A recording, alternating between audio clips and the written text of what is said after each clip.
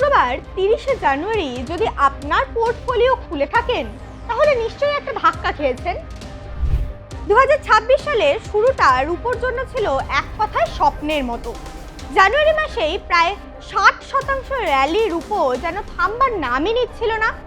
কিন্তু 30শে জানুয়ারি সেই রুপোই হঠাৎ করে আকাশ থেকে মাটিতে।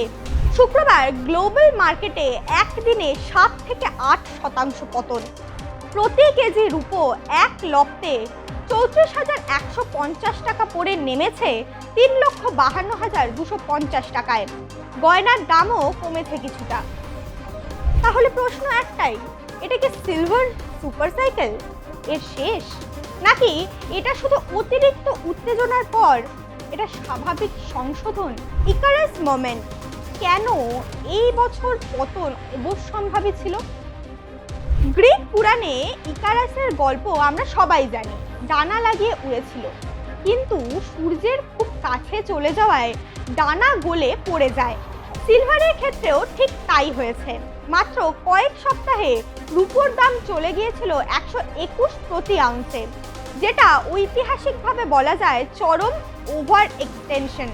টেকনিক্যাল ইন্ডিকেটরগুলো, বিশেষ করে RSI, দিনের পর দিন এক্সট্রিম ওভারবাউট সিগন্যাল দিচ্ছিল। মানে কি? মানে বাজারে লোভ এতটাই বেড়ে গিয়েছিল যে একটা খারাপ খবরই যথেষ্ট ছিল আগুন লাগানোর জন্য। আর সেই খবরটাই আসে 30শে জানুয়ারি। কেভিন ওয়ার্স এফেক্ট। ফেড চেয়ারম্যান আতঙ্ক। ওই দিন বাজারে গুঞ্জন ছড়ায় যে ডোনাল্ড ট্রাম্প নাকি বর্তমানে ফেড চেয়ারম্যান জেরোম পাওয়েলের জায়গায় প্রাক্তন ফেড গভর্নর কেভিন ওয়ার্সকে বসাতে পারেন। এটা কেন গুরুত্বপূর্ণ? কারণ ওয়ার্সকে দেখা হয় একজন হকিস নীতি নির্ধারক হিসেবে, যিনি সুদের হার কঠোর রাখতে চান এবং অতিরিক্ত লিকুইডিটির বিপক্ষে। ফলাফল কি হয়? ইউএস ট্রেজারি ইল্ড বেড়ে গেল। ডলার ইন্ডেক্স DXY একদিনে প্রায় 0.6% শক্তিশালী হলো। আর যেহেতু রুপোর দাম ডলারে নির্ধারিত, ডলার শক্তিশালী মানেই বিদেশি ক্রেতাদের জন্য রুপো বেশি দামি। টেক সেক্টরের ধস। এই দিন শুধু রুপো পড়েনি, ধস নামে পুরো টেক মার্কেটে। মাইক্রোসফট শেয়ার প্রায় 12% পড়েছে।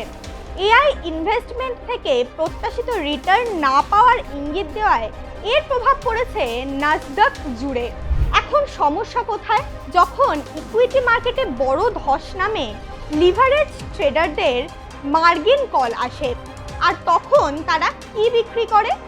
সবচেয়ে বেশি লাভে থাকা সবচেয়ে লিকুইড অ্যাসেট জানুয়ারিতে 60% উঠে যাওয়ায় রুপো ছিল পারফেক্ট এটিএম। আক্রমণাত্মক প্রফিট বুকিং। এটা স্বীকার করতেই হবে, অনেক স্মার্ট মানি এই দিন শুধু অপেক্ষায় ছিল একটা অজুহাতের। ওয়ার্স এর খবর প্লাস টেক ক্র্যাশ সমান বিশাল প্রফিট লক করার সুযোগ। এটা ভয় নয়, এটা ডিসিপ্লিনড এক্সিট। তাহলে এটা ক্র্যাশ নাকি হেলদি কারেকশন? এই দিনের পতন যতটা ভয়ঙ্কর দেখাচ্ছে ততটা কিন্তু মৌলিকভাবে ক্ষতিকর নয়। শর্ট টার্ম, আগামী 2 থেকে 4 সপ্তাহ ভোলাটিলিটি থাকবে বাজারে একটু রিস্ক অফ মুডে। গুরুত্বপূর্ণ সাপোর্ট লেভেল গ্লোবাল 100 প্রতি আউন্স, ভারত 3.55 লাখ টাকা প্রতি কেজি।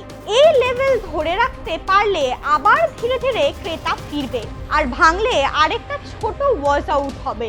লং টার্মে কেন এখনো বুলিশ? আজকের একদিনে সিলভারের ভবিষ্যৎ বদলায়নি। 3টি বড় কারণ রয়েছে। প্রথমটি হলো সোলার আর্ট। এআই চাহিদা দানব। রুপো এখন আর শুধু মুদ্রা নয়, এটা এনার্জি মেটাল। সোলার প্যানেল, রুপোর ব্যবহার বাড়ছেই। এআই ডেটা সেন্টারের জন্য উচ্চ পরিবাহিত দরকার, রুপোর বিকল্প নেই। এই চাহিদা প্রাইস ইনএলাস্টিক। দাম যাই হোক, ইন্ডাস্ট্রি কিন্তু সেটি কিনবেই। Chronic supply ডেফিসিটি। এটা টানা 6ষ্ঠ বছর যখন সিলভার মার্কেটে চাহিদা বেশি, সরবরাহ কম। আজ 10% দাম পড়লেও কাল নতুন খনি তৈরি হয়ে যাচ্ছে না। এই ডেফিসিটই ভবিষ্যতে দামের ফ্লোর তৈরি করবে। স্টোর অফ ভ্যালু ট্রেড, বিশ্বজুড়ে ঋণের পাহাড়, কারেন্সির উপর অনাস্থা এই বাস্তবতা বদলায়নি।